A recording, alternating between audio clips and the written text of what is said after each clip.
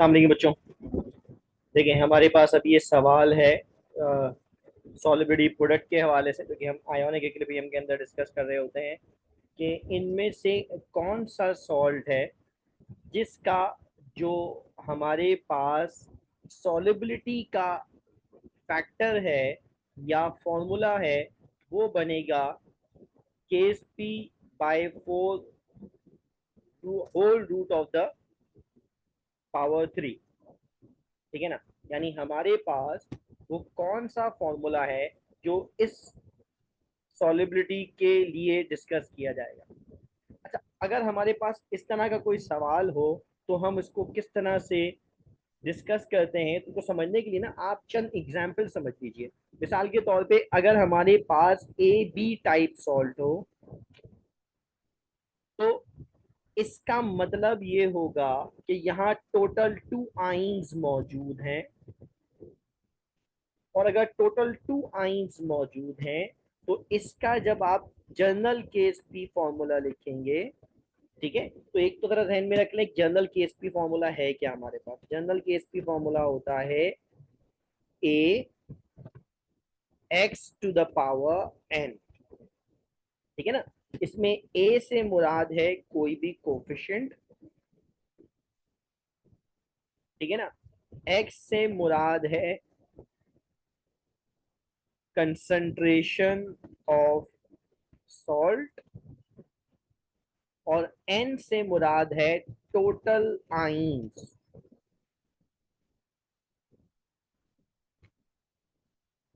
ठीक है ना, ये हमारे पास जनरल फॉर्मूला।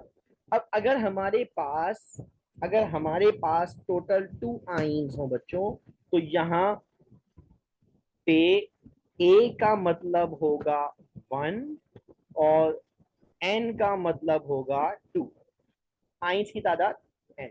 तो हमारे पास जो फॉर्मूला बनेगा वो फॉर्मूला बनेगा 1x टू द पावर 2, है ना। 1x टू द पावर 2, तो 1 लिखने की जरूरत ही नहीं है। अच्छा, इसी तरह अगर हमारे पास AB2 टाइप सॉल्ट हो या फिर A2B टाइप सॉल्ट हो, तो इसमें टोटल नंबर ऑफ 3 आइंस होंगे, जिसमें हमारे पास ए फैक्टर क्या निकलेगा, तो इसका ए फैक्टर होगा 4, और बच्चों इसमें एन की वैल्यू होगी 3।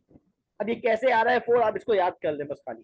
ठीक है, तो हमारे पास जो केस पी फॉर्मूला निकलेगा, ठीक है ना, वो क्या निकलेगा 4x टू द पावर 3।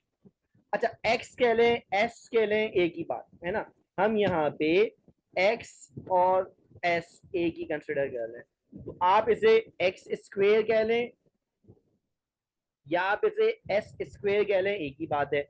या आप इसे इस तरह कहें कि ये s का स्क्वेयर है या ये 4s to the power cube है, एक ही बात। ठीक है। इसी तरह बच्चों अगर हमारे पास सॉल्ट आ जाए AB3 या फिर A3B, तो यहाँ टोटल आइंस होंगे 4,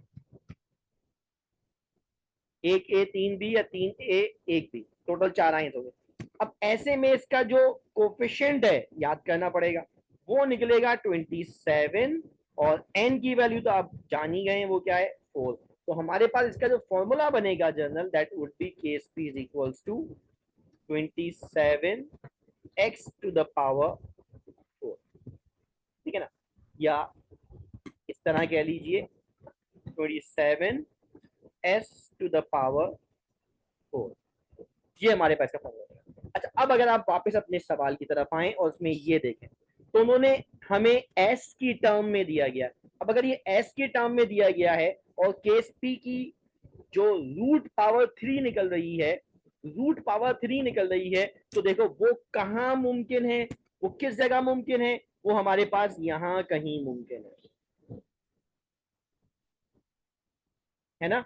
अगर रूट की पावर 3 आ रही है, या मानो हमारे पास अगर हम इसको एस की टर्म में ड्राइव करें, अगर हम इसको एस की टर्म में ड्राइव करें, तो हमारे पास क्या हो जाएगा, एस की टर्म में अगर हम ड्राइव करते हैं तो के एस पी डिवाइडेड बाय 4 हो गया, और एस की पावर 3 है तो पावर 3 हटाने के लिए हम क्या करते हैं, रूट लेते हैं, तो रूट की पावर 3 हो जाएगा। रूट की पावर 3 का मतलब क्या होता है 1/3, 1/3 है ना। तो इसका मतलब क्या हुआ, इसका मतलब क्या हुआ, अगर रूट की पावर 3 आ रही है या एस की पावर 3 आ रही है, तो बच्चों ये या तो A B two type salt होगा या A two B type salt होगा, है ना। या तो A B two type salt होना चाहिए या A two B type salt होना चाहिए।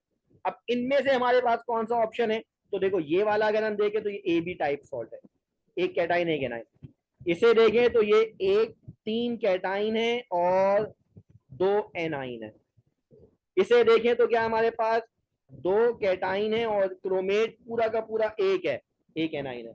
और अगर हम यहाँ देखें तो ये A2B2 टाइप सॉल्ट है। इसका मतलब क्या हुआ, हमारे पास ये वो सॉल्ट है जो हमारे पास इस पैटर्न को फॉलो करेगा, यानी जिसका formula S is equals to, यानी solubility of the salt is equals to root to the power 3 of Kp divide by 4, ये बनेगा। ठीक है बच्चों, समझ में आई बात।